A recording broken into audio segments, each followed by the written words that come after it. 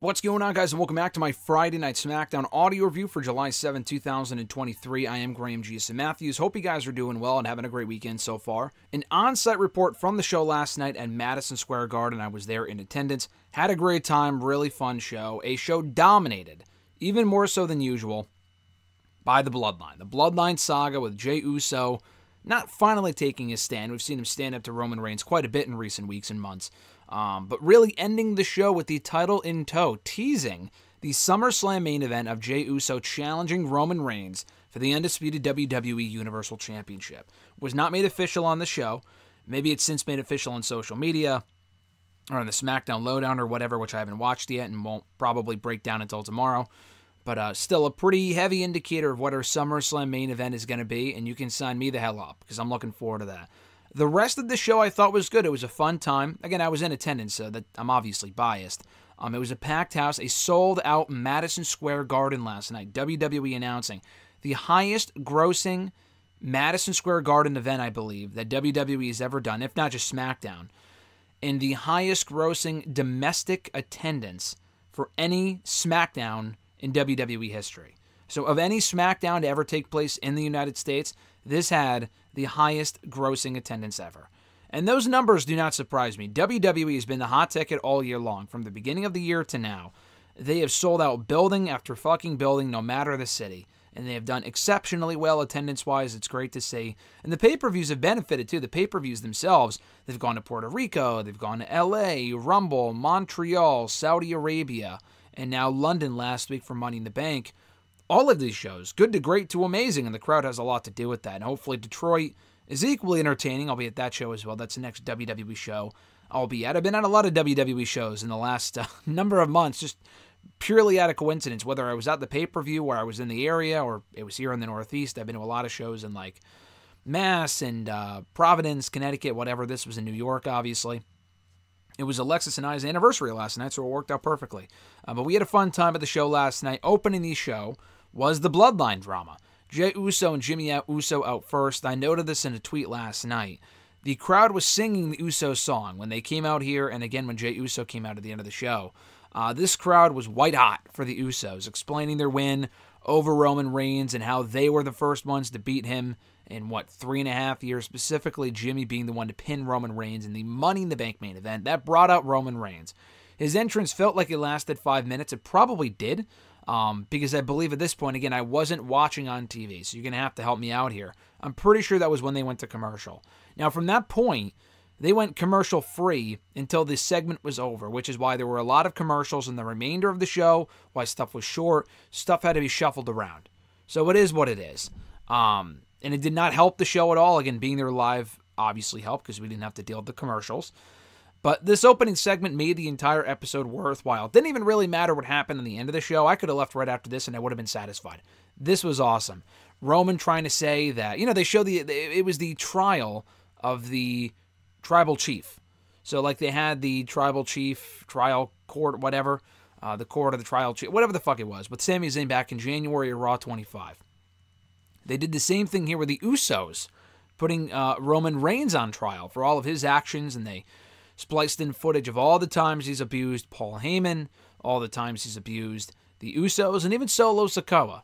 And he said he did that stuff because he had to.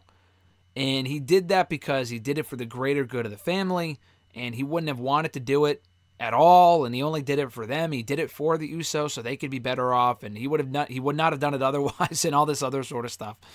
It's just great television. So this was a strong segment. The only thing I did not like about it was that the Usos were again made to look foolish by buying into Reigns' crap. Because as soon as he bowed down, he took off the lei, I think it's called. He put it on Jey, I believe, or at least took it off. He threw the title belt on the ground, Paul Heyman holding the other two. And then he kneeled down, and you knew exactly what was coming. But still, it played out well. The Roman Reigns low-blowing Jey, and they proceed to beat the shit out of the Usos, specifically the Bloodline, Roman and Solo, beating the shit out of Jimmy Uso and putting him through the commentary table at ringside. That led to a stretcher job. They took him out of there, and Jey Uso was pissed, and then we kind of wrapped that up at the end of the show. So this was great television. Again, it did not feel like it was the first 40 minutes of the show. The fact this went on for so long is kind of crazy. WWE doesn't do this long of opening segments often, so I'm okay with it, especially with as strong of a story as what the Bloodline is delivering right now. I'm okay with it. You can't do it every week. It does kind of take away from other stuff on the show. But it was a stellar segment, again, setting up what we think is going to be Jey Uso and Roman for the championship at SummerSlam. More on that later. But a great way to kick off the show. We had the United States Championship on the line next. Austin Theory defending against Sheamus. Pretty good match here in the time they were given. Again, went through 2 commercial breaks. That kind of took away from it. Still, they worked well together, had a quality contest. Austin Theory going over in the same fashion he retained against Sheamus the last time, a month and a half ago, when he beat Sheamus with help from outside interference from Pretty Deadly. So I guess they're keeping that alliance going, the feud of the Brawling Brutes. I'm not really sure why it's still going on. They interfered. Ridge Holland and Butch came out to thwart said interference. They interfered again anyway. They distracted Sheamus. Theory, I think, rolls up Sheamus again and beats him for a second time. So I assume the feud continues. LA Knight did not come out here, which was very disappointing. I kind of figured he wouldn't be on the show when we weren't in our seats yet, but he did a pre-show dark match segment. It wasn't a match, but he interrupted Hit Row, laid them out, addressed the crowd quickly, was mega over in front of the MSG crowd, and that was it. So I kind of figured, okay, if he's out before the show, he's probably not coming out during the show. Better than nothing for the live crowd, but he really should have been on the live broadcast. And this spot would have made the most sense. I thought he might come out and confront Theory and kind of set up a SummerSlam championship match. It might have been, because there were a lot of rumors that Carlito could have been coming back on the show. I figured Carlito could come back, maybe confront Theory. That was the first championship he held in WWE, was the United States Championship almost, believe it or not, 20 years ago in 2004, which is crazy to think about. But no Carlito on the show, unfortunately. No LA Knight on the live broadcast. That was it. Theory beat Sheamus, and then they ran off.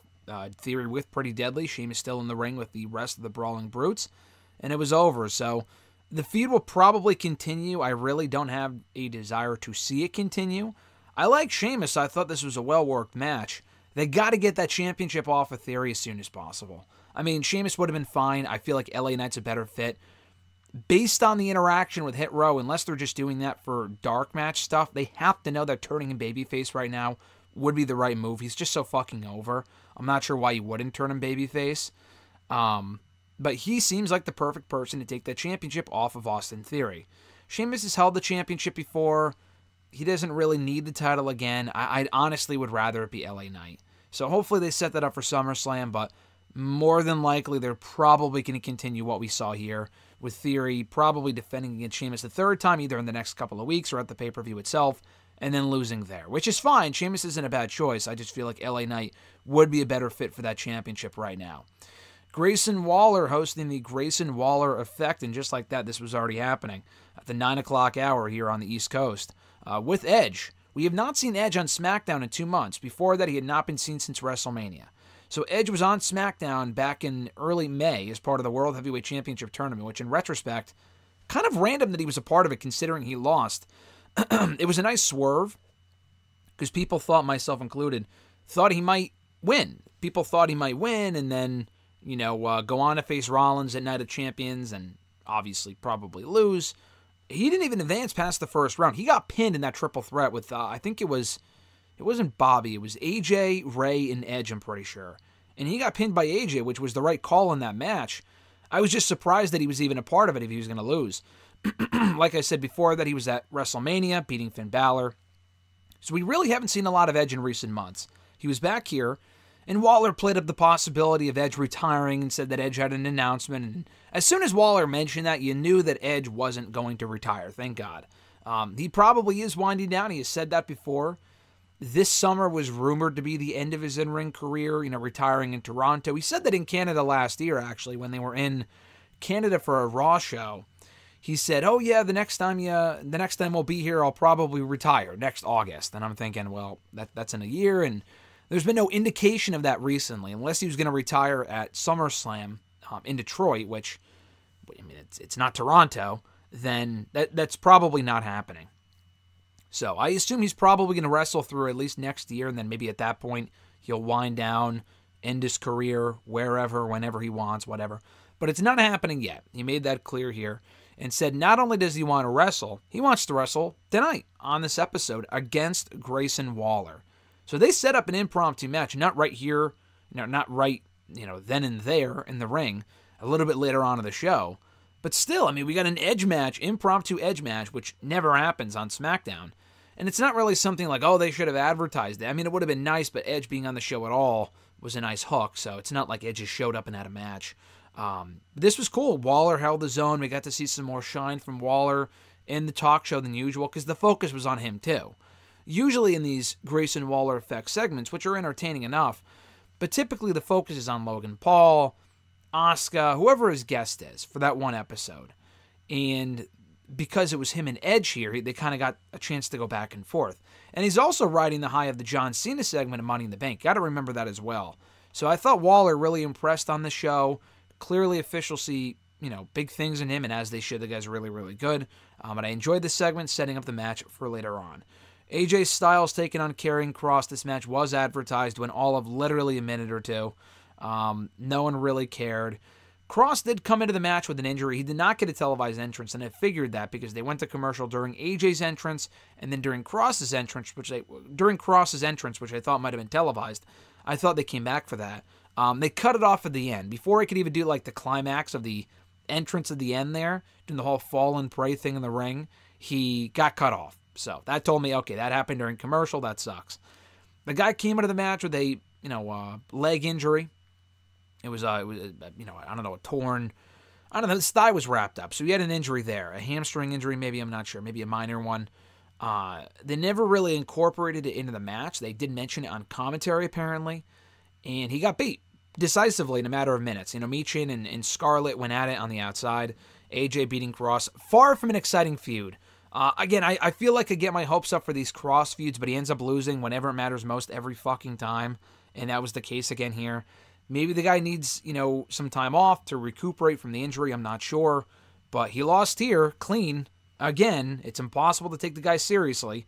And they were probably a victim of time constraints as well, which is probably why the match was so short, because the opening segment ran so long. And if you're going to cut any match short, it's probably this one. I hate to say it, but that's just what it is. AJ wins. I mean, again, how can anyone even care? I mean, this was total throwaway. After that, we had a women's segment. Asuka in the ring. And again, she had her entrance in the arena for like 5 minutes. So that told me, okay, they're probably in commercial at this point. Asuka was in the ring. Bianca Belair quickly interrupted her, followed by Charlotte Flair. So they all went at it. Charlotte wearing a very grandiose dress. So I'm thinking, is she really going to brawl in this? And she did, to her credit. So while they're all brawling, Io Sky and Bayley emerged to attack Asuka and attempt to cash in the Money in the Bank briefcase. Now, this was a very dumb idea, considering that Charlotte and Bianca were still at ringside, and as expected, they thwarted the attempted Money in the Bank cash-in. So that was no good. They all brawl. Again, the cash-in doesn't happen. Bianca took Io out of the ring before she could, and they started brawling. So everyone started brawling. Asuka walked off. Clearly, we're headed for a triple threat match at SummerSlam. Bianca, Charlotte, and Asuka for the championship. They did announce Asuka and Bianca next week one-on-one for the title. So I assume we're still getting the triple threat of the pay-per-view, as we should, but we're getting Bianca and Asuka in the meantime next week, and that will probably set up the official announcement for the pay-per-view that we're getting a triple threat for the title at SummerSlam. Fine segment here. You could tell they were rushed for time. Asuka didn't have a chance to say anything. We didn't hear from anyone else. It was a quick segment. The women got shortchanged on this show, so that sucked. The other dark match, by the way, it was a women's match. I forgot to mention that. It was Zelina Vega versus Lacey Evans, which was cool. It wasn't on the show. I mean, I don't give a fuck about Lacey Evans, but it was cool that Zelina Vega got to wrestle in MSG, because they didn't afford her that opportunity at the last MSG SmackDown show back in 2021. Maybe they've done a SmackDown there since then. I don't remember. But did they do one there last year? I'm not 100% positive. I think weren't they at Madison Square Garden last year for something? I believe so. I just don't remember. But they were at SmackDown. They were at MSG for SmackDown in 2021. And people were pissed because it was like the 9/11 show. It was the day before 9/11, and her dad was obviously killed in 9/11 20 years earlier. And people were hoping she'd be on the show, and she wasn't on the show. They got shortchanged for time on that show, too, probably due to the Bloodline segment also running fucking long. So the more things change, the more they stay the same. It was a bummer she wasn't on that show. She was on this show, not on the television broadcast, but she was in the dark match, so better than nothing. We had Edge versus Grayson Waller already right after that. Pretty good match here. Got some time. Again, hurt by the commercial breaks. Not for me watching live, and we didn't deal with that shit, but it had some commercial breaks here due to the fact the opening segment ran long. And they had a quality contest. Waller proved he can hang with Edge. He did not win here in attempting his finisher. He was reversed by Edge, and who hit his spear and picked up the victory. So Edge goes over in clean fashion, but he gets on the mic afterward and said, "Hey, Grayson, you swam," and then throws the mic on the ground. And that was it. So I thought Waller definitely gained something in defeat here. This was his biggest performance yet. I mean, he had the segment with John Cena last Sunday at Money in the Bank. Saturday, rather.